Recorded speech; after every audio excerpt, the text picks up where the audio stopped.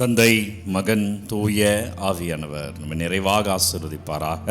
ஆமென். நண்பர்களே, இன்றைக்கு திருத்தூதர் மத்தியாசுனுடைய விழாவை கொண்டாடுகிறோம். பிரியமுள்ள அன்பு இறை உறவுகளே, திருப்பாடல் 125:2 சொல்கிறது, எருசலேமை சுற்றிலும் மலைகள் இருப்பது போல ஆண்டவர் எப்பொழுதும் தம் மக்களை சுற்றிலும் இருப்பார்.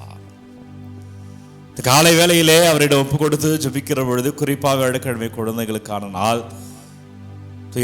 மத்தியாசியிடம் நமக்காய் பரிந்துரை ஜெபத்தை ஜெபிக்கிற வேளையில ஆண்டவர் நம்மை சுற்றி இருப்பார். தூதர்கள் என்று நம்மோடு இருப்பார்கள்.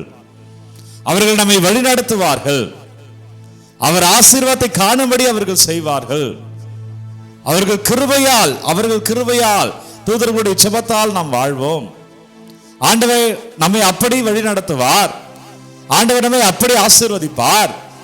ஆண்டவர் கிருபையில நாம் வாழ்வோம் என்ற செய்தியை இன்றைக்கு ஆண்டவர் இயேசு கிறிஸ்துவின் திருப்பெயரில் அவர்களை நாம் பெற்றுக்கொள்கிறோம். பிரியமான இறை உறவுகளே, குறிப்பாக இன்றைக்கு திருத்தூதர் மத்தியா.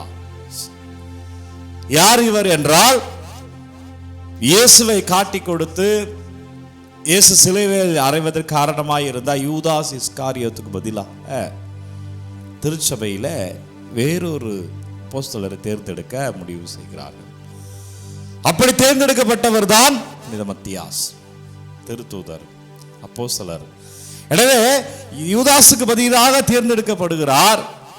அவர் தேர்ந்தெடுக்கப்படுகிற போது முன்பாக பேதுரு உரைத்தது, அவர் இயேசுடைய பணியை கண்டவராக இருக்க வேண்டும், அவர் விண்ணேற்றத்தில் அதை பார்த்தவராக இருக்க வேண்டும் என்று, அதில் இருவரை தேர்ந்தெடுப்போம் என்று இருவரை தேர்ந்தெடுக்கிறார்கள்.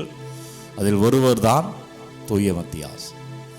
அந்த இருவர் பெயரில் ஒரு சீட்டை குலுக்கி போட்டு விட்டு சீடர்கள் அனைவரும் ஜெபித்து விட்டு அந்த இரண்டில் ஒரு பெயரை எடுக்கிறார்கள். அவர் பெயர் மத்தியாஸாக வருகிறது.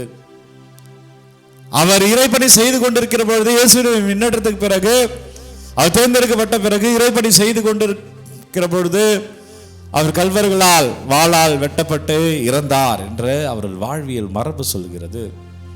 அவரை பற்றி அதிகமான செய்திகள் இல்லை என்றாலும், இயேசு தன் பணிக்காக அனுப்பிய 72 பேரில் இவரும் ஒருவராக இருக்கக்கூடும் என்று சொல்லப்படுகிறது. பெரியமுள்ள அன்பு இறை உறவுகளே, ஆண்டவர் நம்ம பேர் ஒரு இடத்துல குறித்து வச்சுட்டாருன்னா அந்த இடத்துல நம்ம ஆசீர்வாதமாக இருக்கும். அந்த செய்தி திருத்தூதர் வழியாக சொல்லப்படுகிற செய்தி என்னவென்றால், யூதாசு சென்று விட்டார், ஆண்டவருக்கு எதிராக போயிட்டாரு.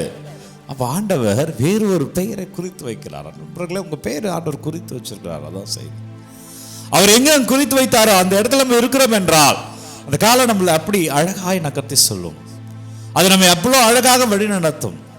அவர் கிருபையில நம்ம அப்படி வாழ்வோம், நாம் அப்படி ஆசீர்வாதமா இருப்போம். பிரியமுள்ள அன்பு இறை உறவுகளே, காலம் நம்மை நகர்த்தும், காலம் நம்மை வழி நடத்தும், காலம் நம்மை ஆசீர்வதிக்கும். நம்ம பெயரை குறிச்சு வச்சிருக்கணும். அப்பா, என் பெயரை குறிச்சு வச்சிருக்குங்க ஆண்டவரே, கரைகளில் என் பெயர் இருக்கட்டும் ஆண்டவரே, என் வாழ்க்கையை நான் ஒப்பு கொடுக்குறேன். அப்பா, என் வாழ்க்கையை அப்படி ஆசீர்வதிங்க. குறிப்பா உங்க பிள்ளைகளுக்காக செபியுங்கள். இந்த நாளில் குழந்தைகளுக்கான நாள்.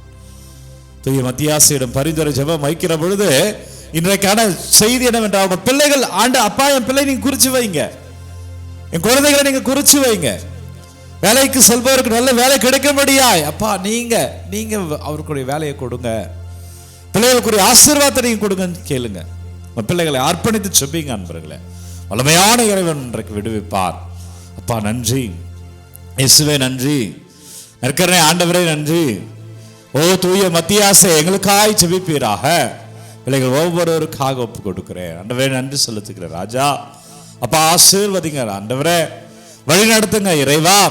இயேசு கிறிஸ்துவின் திருப்பெயரில் ஆசீர்வாதமாக, இயேசு கிறிஸ்துவின் திருப்பெயரில் வல்லமை காண, இயேசு கிறிஸ்துவின் பெயரால் ஆசீர்வாதத்தை காண அப்பா எங்களை தொடுங்க, எங்களை வழி நடத்துங்க, எங்களை ஆசீர்வதிங்க.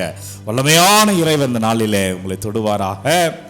ஆண்டவர் உங்களை வழி நடத்துவாராக. அப்பா உங்களை ஆசீர்வதிப்பாராக. இயேசு கிறிஸ்துவின் திருப்பெயரில் தலைவணங்கி இந்த ஆசீர்வாதத்தை பெற்றுக்கொள்வோம்.